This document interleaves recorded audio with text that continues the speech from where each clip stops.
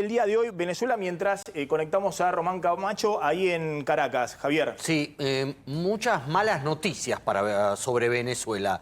La última es de hace minutos. La OEA no pudo alumbrar una resolución que le exija a Venezuela, como miembro de la OEA, la presentación famosa de las actas. ¿Por qué? Porque necesitaba 18 votos y solo consiguió 17. Pero lo interesante para analizar por qué es una mala noticia es quiénes se abstuvieron o se ausentaron. Brasil, México y también Colombia, que habían pedido, Brasil ayer en el diálogo de Lula con Biden, o hoy a la mañana Petro, el presidente de Colombia, también en un posteo, habían pedido transparencia para conocer los resultados, pero sin embargo en la OEA no apoyaron la resolución que sí impulsaban Estados Unidos, Argentina, Chile, que tiene una posición muy firme con respecto al tema de las elecciones en Venezuela. Así que nada de la OEA por parte de reclamo a Maduro sobre la transparencia electoral. Segunda noticia, hay problemas, sigue habiendo problemas con la embajada argentina. Se anunció que mañana los diplomáticos argentinos que permanecen en la embajada van a huir de Caracas, cumpliendo con el ultimátum de Venezuela de que tienen que dejar la embajada, tienen que irse del país. Se van a ir a Lisboa, no pueden venirse a la Argentina, no tienen manera de llegar a la Argentina, así que se van a ir a Lisboa, pero van a dejar la embajada sin diplomáticos. Y la cuestión que se está tratando de resolver ahora es qué va a pasar con los 6 refugiados de la oposición venezolana que desde hace semanas están en la embajada y por eso la mantienen rodeada y la mantienen sin luz ni agua. Ahora contás un ratito de los posicionamientos políticos en la oposición y sobre todo en el peronismo. Hubo novedades. Que salen a despegarse del régimen de Maduro. El Frente Renovador de Sergio Massa, sí, hay que decirlo, siempre habló de una dictadura, en el caso de Maduro, fue muy contundente en el día de hoy, pero también Unión por la Patria, el bloque de diputados, advirtiendo a Maduro respecto a la represión en las calles. Exactamente, y a pedirle las actas, las famosas las Fuerzas actas Armadas para la represión en las calles. Está Román Camacho ahí en Caracas. Román, ¿qué tal? ¿Cómo estás? Muy buenas noches, gracias por este contacto. Bueno, Román, ¿cuáles son las novedades del día de hoy? ¿Cómo está el clima, digamos, en las calles? Ayer fue un día muy caliente. ¿Cómo se vivió hoy, bueno, el clima postelectoral, ¿no? Y la incertidumbre respecto al resultado? Bueno, la tarde del martes sí fue movida y sí hubo enfrentamientos y hubo manifestaciones en la ciudad de Caracas y en el interior del país. Hoy la ciudad fue otra, hoy al menos un 40% de los negocios comerciales decidieron abrir sus puertas. Recordemos que la situación económica de la mayoría de los venezolanos no da, ya que no somos una cultura, no tenemos una cultura ahorita de ahorro, no tenemos créditos con la banca, no tenemos tarjetas de crédito y se le dificulta al venezolano mantener un ahorro o alargar por mucho tiempo, quedarse en su casa o salir a la calle a protestar. Y el venezolano vive del día a día. Por esta razón hoy muchas personas decidieron ir a trabajar, muchas personas trataron de retomar su rutina y por eso las calles se mantuvieron en calma. María Corina Machado, por su parte, está haciendo un llamado entre líneas, no lo dijo directamente, de que se mantuvieran las protestas, de que se mantuviera la presión social y se espera en los próximos días algún tipo de concentración o movilización por parte de la dirigente política, pero hasta el momento no hay una fecha clara. Pero hoy ha sido un día tranquilo en Caracas. Javier. Sí, ¿cómo está la situación respecto a los líderes opositores? Porque Maduro poco menos que pidió que los encarcelaran, que de alguna manera los capturaran, tanto a Corina Machado como a González Urrutia. ¿Cuál es la situación de ellos dos? Bueno, ellos siguen en el Comando Venezuela y continúan totalizando las actas y llevando toda esta realidad que tienen, bueno, que dicen tener en sus manos sobre el porcentaje de las actas que han escrutado y que dan como vencedor a Edmundo González Urrutia y están tratando de llevarlo a instancias internacionales. Hoy no ha habido movimiento en contra de ellos, simplemente lo que se dijo la tarde de este martes que iban a emitir una orden de aprehensión, hasta el momento no se ha materializado, debe estar seguramente ya lista para ser firmada, pero aún no la han ejecutado. Estamos atentos ante esa información o qué puede suceder en los próximos días, pero hasta el momento no ha habido ningún tipo de acción en contra de ellos. Y tengo la última, Román. Los que están asilados o los que están refugiados en la Embajada Argentina, ¿no? Los dirigentes de la oposición venezolana, están buscando un salvoconducto para salir del país y están acusados ¿bajo qué cargo? Bueno, hasta el momento los únicos cargos que se podrían imputar en contra de ellos sería asociación para delinquir, terrorismo o incitación al odio, que son las medidas que normalmente, los delitos que normalmente está imputando el Ministerio Público. Hay primos, sí. Pero hasta el momento no hay una orden o una imputación oficial por parte del Ministerio Público. Al momento que los detengan, sí se podrá saber, pero ellos siguen todavía en la residencia de la Embajada de Argentina y ya mañana se cumple el ultimátum y ellos no van a tener ningún tipo de salvoconducto. Las unidades de la Dirección de Acciones Estratégicas y Tácticas y del SEBIN continúan en las adyacencias esperando que ellos se entreguen ante las autoridades. Voy a ir a hablar con Ernesto Tenenbaum de su último libro sobre Milei, que ha generado y despertado una gran polémica. Me parece muy interesante dialogar con él. Pero me gustaría, Ernesto, y gracias por venir de nuevo, una opinión sobre lo que está pasando en Venezuela, ¿no? Que interpela, aparte de la dirigencia política, no solamente de Argentina, sino de la región, ¿no? Digamos, dirigencia política de centro-izquierda o de izquierda. Lo primero que yo puedo decir es que hace muchos años yo pienso que eso es una dictadura.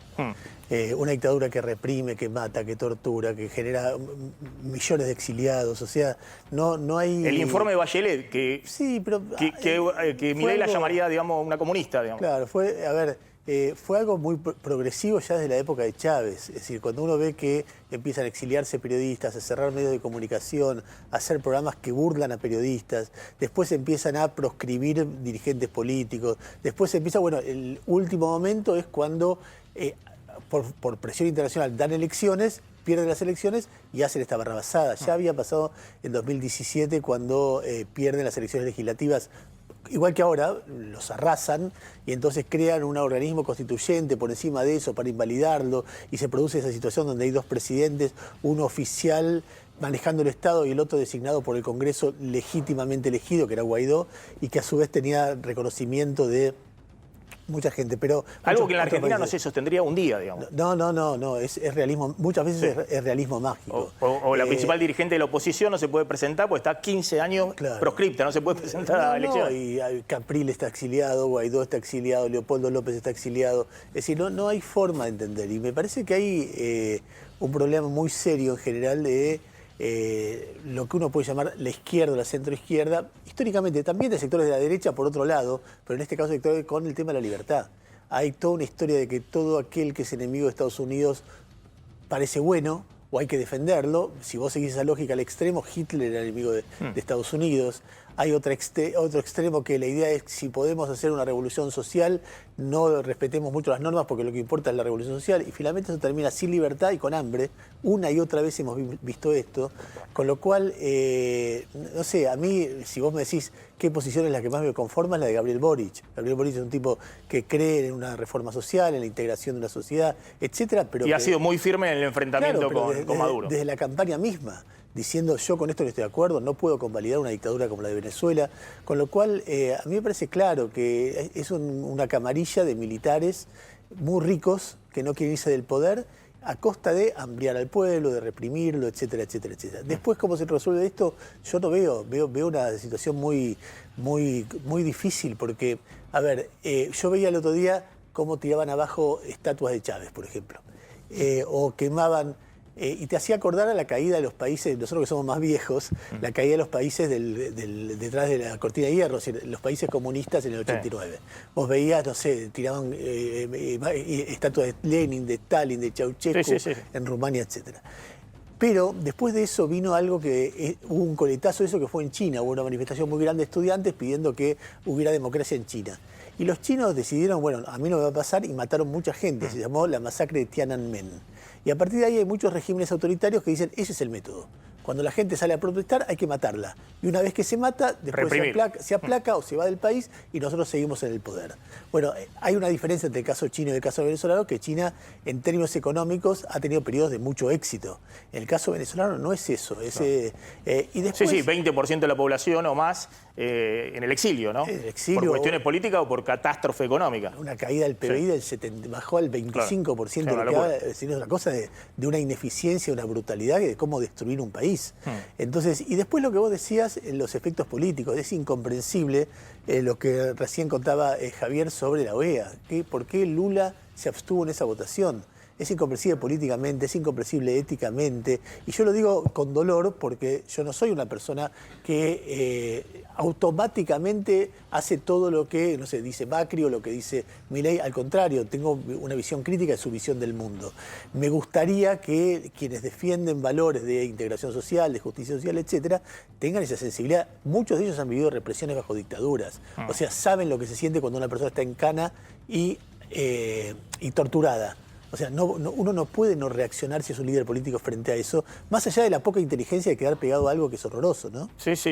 No, totalmente. Y marca un contraste con democracias plenas como la Argentina, ¿no? Claro. Incluso asociando al peronismo Maduro, yo creo que lo hunde, ¿no? Porque el peronismo en los últimos, 10 elecciones perdió 5 elecciones.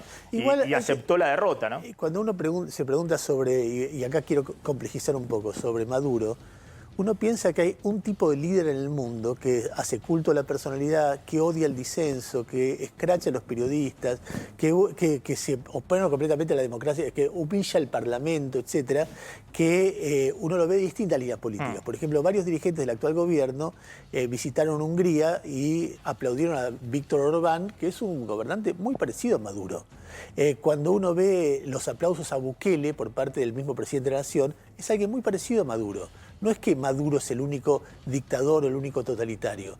Y cuando uno ve lo que está pasando... Lo que pasa con Bukele es que está, digamos, si se quiere, en la cresta de la ola, digamos. Claro. Con un apoyo social enorme. Está bien, digamos, pero ¿no? los periodistas críticos se van del Ecuador, designó a todos los jueces de la Corte Suprema, tiene la suma del poder público, las garantías individuales no son los que más se respetan en El Salvador. O sea, se puede discutir en términos de cómo se discutía a Cristina, mucho más a Bukele. Y vos ves gente que sobreactúa el repudio a Venezuela. Bueno, acá mismo estamos viviendo en este momento un momento donde desde la cúspide del poder se dice todos los periodistas que critican son ensobrados, hay escraches en las redes, escraches además con material de archivo recortado como en otras épocas. Estamos teniendo otra vez ese tipo de problemas, que son problemas que vos decís, bueno, Milei y Maduro son muy distintos. Maduro es un dictador, Milei no es un dictador.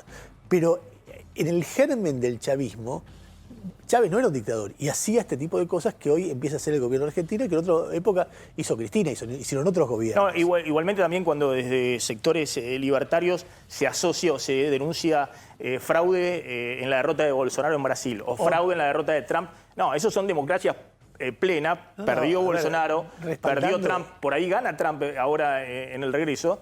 Es bajarle el precio a la situación de Venezuela, digamos, ¿no? Totalmente. Que es incomparable. Totalmente, Sí. totalmente. Quiero